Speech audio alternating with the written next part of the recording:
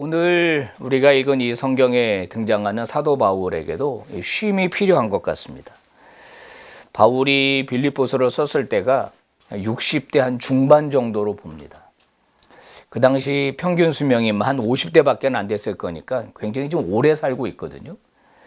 바울이 예수님을 만났을 때는 한 30대였을 거로 봅니다. 그러면 그의 인생의 절반, 자기 마음대로 살았고 절반은 예수께 붙들려서 그야말로 헌신을 다했던 사도 바울인데요. 이제 나이도 많이 들었습니다. 그리고 병도 생긴 것 같아요. 그리고 일도 충분히 했고 지금 이제 감옥에 갇혀 있는 상태입니다. 그러면 어떻게 해야 될까요?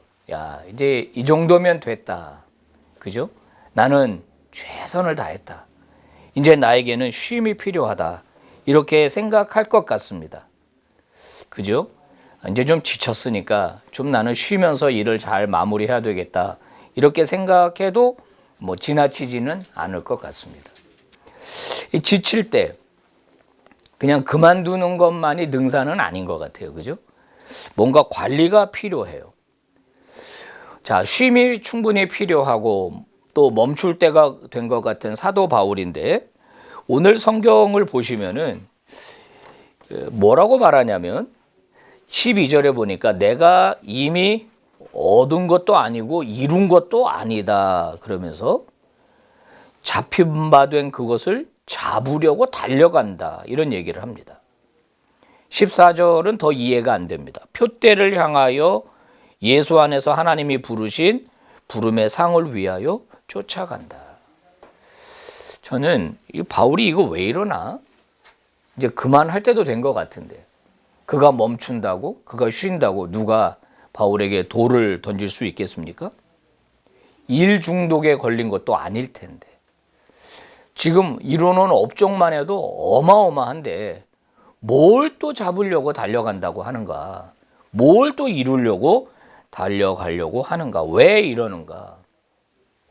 이 이유를 안다면은 이제 우리도 지칠 때, 그만두고 싶을 때, 멈추고 싶을 때 다시 시작할 수 있을 것 같습니다. 바울이 이러는 이유는 딱 하나입니다. 하나님으로부터 받은 은혜가 너무 컸기 때문이에요. 30년 전이죠. 그러니까 지금 이 빌립보서를 기록하기 한 30년 전쯤에 그때 바울은 예수 믿는 사람을 잡아 죽이려고 다마스쿠스까지 원정 이 체포의 길을 떠났던 사람 아닙니까? 근데 거기서 이제 부활하신 예수님을 만났어요. 스데반도 결국 바울의 손에 죽은 거거든요. 예수 믿는 수많은 사람들이 이 사도 바울 때문에 그 당시는 이제 사도는 아니었지만 사울이라고 불렸었는데 그 사람 때문에 모진 고난을 당했고 초대 교회 안에서 초대 예루살렘 교회 안에서 최고의 적은 아마 사울이었을 겁니다. 다메섹에서 사울은 하나님의 은혜를 경험합니다. 사도행전을 읽어보면 한 3번 정도 자기가 과거를 회상하면서 다메섹 경험을 이야기를 해요. 뭐냐? 그의 머릿속에는 잊혀질래야 잊혀질 수 없는 경험이었던 거예요. 얼마든지 심판받아야 마땅한 자신을 그 예수님께서 심판을 유보하시고 자기의 죄를 용서하셨고 자기에게 사명까지 주시고 그 존귀한 사도라고 하는 사명까지 주셨던 거 여러분 이 은혜가 바울에게는 떠나지를 않는 겁니다. 우리가 힘들고 지치고 낙심할 때 필요한 건 뭐냐면 이 은혜의 회복입니다. 회복. 이 은혜가 계속 나를 끌고 가게 하느냐 이거예요.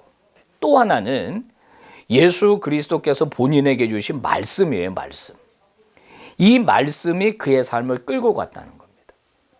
여러분 이 표현이 가슴에 혹시 동의가 되시나요? 말씀이 끌고 가는 인생이 있어요. 은혜가 끌고 가는 인생이 있고 말씀이 끌고 가는 인생이 있어요. 대표적인 사람이 예레미야입니다. 예레미야가 비교적 어린 나이에 선지자가 됐습니다. 선지자로 살면서 하나님이 전하라고 한 말씀을 열심히 전했습니다. 아시다시피 예레미야는 남유다의 멸망을 예언했잖아요. 자, 나라가 멸망한다고 줄기차게 예언하니까 오해를 받았습니다. 바벨론에 의해서 매수된 사람이다. 거짓 예언자다. 다윗 계약에 의하면 사무엘하 7장에 의하면 안 망한다 그랬는데 너는 왜 망한다고 하느냐. 그래서 이제 매국노 취급을 받았습니다. 그래서 손가락질 당하고 가족들, 친구들까지 심지어는 왕권에 의해 체포당하고 매질을 당하고 물이 없는 우물에 던져지기도 하고 엄청난 협박을 받았습니다. 그래서 예레미야가 그만두고 싶어서 하나님께 사표를 낸 적이 있습니다. 그죠? 나 그만하겠습니다. 하나님 말씀 순종해서 하나님 말씀 전하기만 하면 내가 이렇게 고통을 당하는데 나 못하겠습니다. 사표를 냅니다. 그럼 속이 시원해야 되잖아요. 휘파람이 나와야 될 것 같지 않습니까? 그런데 예레미야서 20장 9절 새 번역으로 제가 읽어보겠습니다. 이제는 주님을 말하지 않겠다. 다시는 주의 이름으로 외치지 않겠다고 결심해 보지만 그때마다 주의 말씀이 내 심장에서 불처럼 타올라 뼛속까지 타들어가니 나는 견디다 못해 항복하고 맙니다.